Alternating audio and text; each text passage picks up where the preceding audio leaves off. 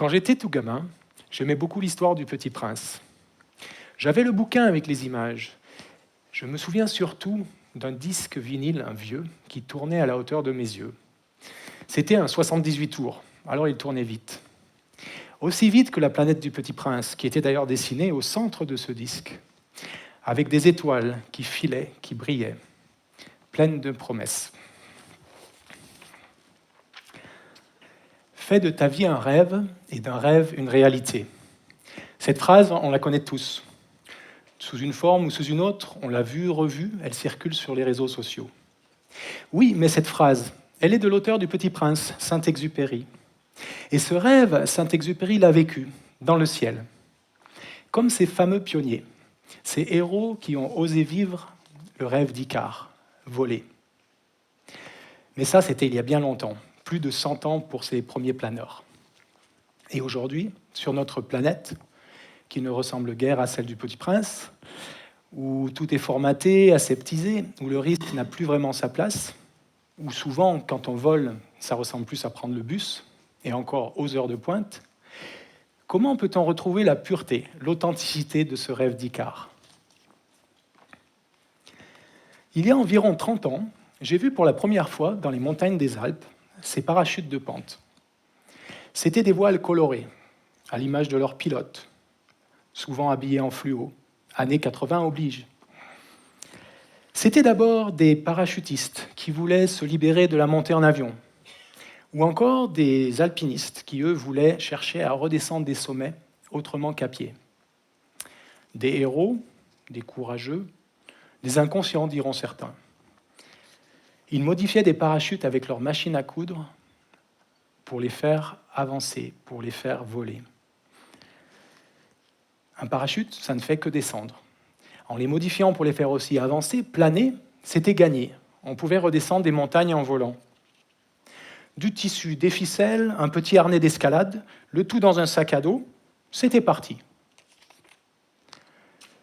Bon, à cette époque, les performances de planer n'étaient vraiment pas terribles, à peine mieux que ces feuilles de papier. D'ailleurs, le parapente est né en même temps que son premier surnom, qui lui ne faisait pas vraiment rêver, le rap-la-pente. Et l'aventure se terminait très souvent dans les arbres, voire bien pire. Mais peu importait. Pour moi, le rêve a pris forme. Il est devenu accessible. La magie du vol libre a opéré. Le parapente est entré dans ma vie. Depuis ces années 80, le parapente et les connaissances qui vont avec ont bien évolué. Nos petites ailes sont devenues de véritables planeurs. Les talents se sont multipliés. Avec des joies et des peines, les limites ont été repoussées. Pas de miracle cependant, la gravité est toujours là. Un parapente ne fait que descendre. Et pourtant, eux, ils ont décollé d'une colline de quelques centaines de mètres. Et là, ils sont perchés à plus de 3000 mètres. Comment est-ce possible ? D'où vient l'énergie ? C'est le soleil et le vent. Le soleil chauffe le sol. Et l'air à son contact se réchauffe à son tour et finit par s'élever comme une bulle, en soulevant le parapente comme dans un ascenseur. C'est d'ailleurs ce qu'on appelle les ascendances. Et ça marche aussi avec le vent qui lui remonte en relief une montagne et soulève le parapente avec lui. Avec cette seule énergie, les records se sont continuellement améliorés à travers le monde. D'abord de simples vols de pente, ensuite des traversées de vallées, enfin des régions entières. Aujourd'hui, on peut voler plus de 500 km en un seul vol, de rester en l'air 12 heures de temps sans toucher le sol, de fabuleuses balades aériennes, le tout avec un sac à dos et en un seul jour. Après toutes ces années, ma fascination pour le vol de distance en parapente est toujours intacte. La perspective d'une belle journée de vol me donne toujours autant d'émotions. Alors à ce stade, je crains que vous l'ayez maintenant compris. Je pourrais vous parler de ma drogue jusqu'à demain matin. Juste une petite histoire. Il y a quelques mois, je faisais du stop au bord de la route. C'est souvent le cas au retour des vols de distance.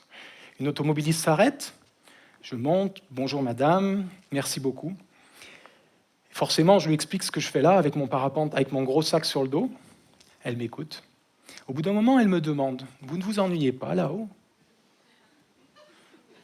Elle allait chercher ses enfants à l'école et j'ai bien compris que mon histoire de parapente, elle la trouvait futile, inutile, dangereuse.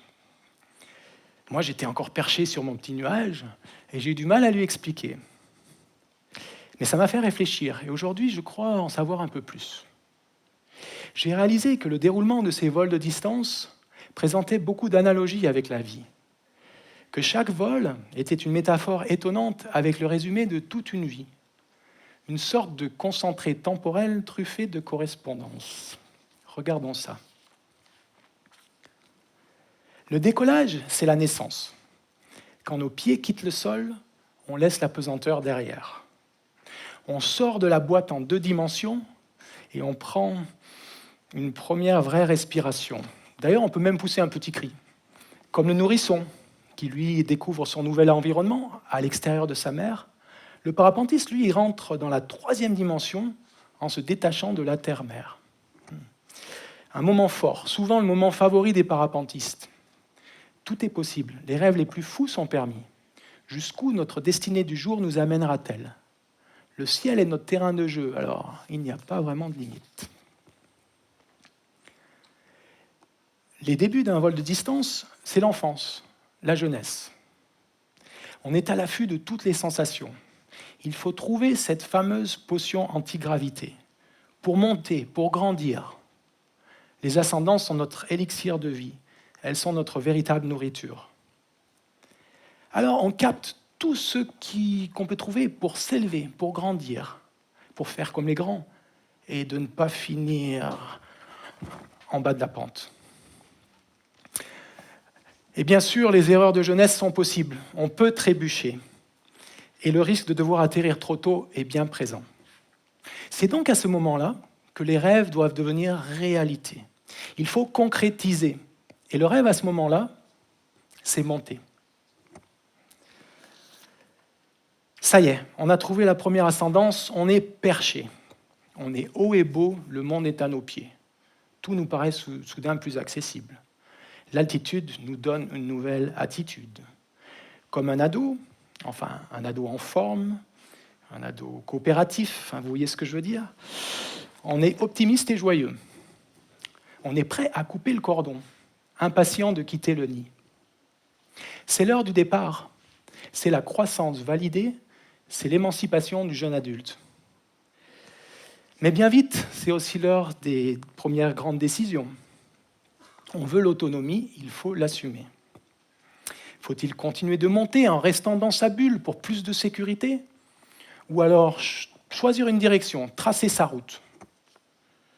Les choix peuvent être lourds de conséquences. Atterrir loin du nid n'est pas toujours facile. Partir, c'est prendre un risque. Rester, c'est tomber dans la routine, dans la dépendance. Le syndrome de Tanguy ou celui de l'autodidacte. Et puis un jour, c'est décidé. On quitte le giron familial, on gère son indépendance le mieux possible, on découvre de nouveaux reliefs, de nouvelles options, de nouvelles sensations. Les hauts et les bas, les vicissitudes de la vie, parfois imperceptibles, parfois sous forme de bonnes claques, ils peuvent être fatals. Mais ils font partie du voyage. Quand on est au creux de la vague, peut-être une mauvaise décision, un mauvais positionnement, ou une influence un peu douteuse, et c'est la crise. L'altitude fond comme neige au soleil, tous les rêves s'envolent, et c'est le mode survie qui s'installe. Surtout, ne pas céder à la dépression qui guette. C'est la famine, alors toutes les miettes sont bonnes à prendre. Il faut sortir de cette situation. Alors, incantation, prière, jurons, chacun son style. Ce graphique, c'est un vol que j'ai fait au Brésil, environ 9 heures de temps. On voit toutes les dents de scie qui représentent des variations d'altitude, parfois quelques mètres, parfois plusieurs kilomètres. Derrière chaque creux, chaque bosse, il y a une histoire, une joie, une misère. Je me souviens d'un de ces points bas pendant ce vol. J'étais en perdition, à 50 mètres au-dessus du sol, poussé par un vent chaud et poussiéreux. J'ai glissé au-dessus d'un petit village. Il y avait une école, c'était la fin des classes, les enfants étaient dans la cour. Ils ont vite fait de me repérer. Ils se sont mis à crier, m'ont suivi en courant, persuadés que j'allais atterrir. Et moi, j'étais là en train de me battre, de gesticuler, en restant dans ma petite bulle qui ne voulait pas se déclencher. Et j'étais suffisamment bas pour leur dire que non, je ne veux pas atterrir, c'est là-haut que je veux aller. Et ça a duré 3 ou 4 kilomètres. Il y avait encore sous moi un groupe d'une trentaine de gamins, les plus sportifs, je suppose, ceux qui ne voulaient pas lâcher l'affaire. Et là, tout d'un coup, il y a une bulle d'air chaud qui s'est enfin déclenchée et qui m'a éjecté vers le ciel. Et je revois encore tous ces enfants, immobiles, cette fois silencieux, qui m'ont regardé monter en tournoyant. Ils étaient sûrs que c'en était fini pour moi. Moi, j'ai recommencé à respirer. C'était un nouveau départ. Souvent, c'est beaucoup plus zen, rassurez-vous. Une certaine sérénité peut s'installer, les enchaînements deviennent prévisibles, la lumière est belle. On récolte le fruit de son expérience. C'est la maturité qui vient avec l'expérience. C'est aussi la sagesse de la vieillesse, en tout cas, bon, on aime le croire parfois. On a quelques heures au compteur, et en prenant de l'altitude, on s'est mis en sécurité. Dans ces moments, les ascendances sont organisées, sont généreuses. C'est un festin de parapentistes. Tout devient un peu plus facile. C'est le temps aussi de la réflexion, de la gratitude, de la contemplation, de la méditation sur le monde, ce rapport à la vraie vie, l'autre, celle à laquelle on s'est soustraite. Bref, on philosophe. Ça peut être aussi l'heure du bilan. Trop vite arrive l'heure où la fin du vol doit être envisagée. La douceur du début d'une soirée annonce déjà l'arrivée du crépuscule. La fin est inéluctable et elle se rapproche. Alors on fait de son mieux pour la préparer afin de ne pas la subir. On vérifie sa liste afin de ne rien oublier. La boucle est bouclée, l'aventure se finit, on atterrit. Alors si je vole, c'est pour tout ça, et également plein d'autres choses. Je vole parce que chaque vol est un concentré de vie, d'une grande intensité. On prend des risques, on joue sa vie. Mais surtout, on rejoue. Et oui, on peut recommencer, vol après vol, encore et encore. Alors, on joue et on rejoue. Mais on peut aussi s'ennuyer si on refait la même chose. On peut tomber dans la routine. Alors, on essaie de s'améliorer à chaque moment. La naissance, la croissance, la maturité, la sagesse, même le crépuscule. Je vous ai dit aussi qu'on pouvait voler à deux, jouer à deux, en biplace. Et si à tel moment, je faisais autrement, et si je sortais de mes habitudes pour mieux jouer.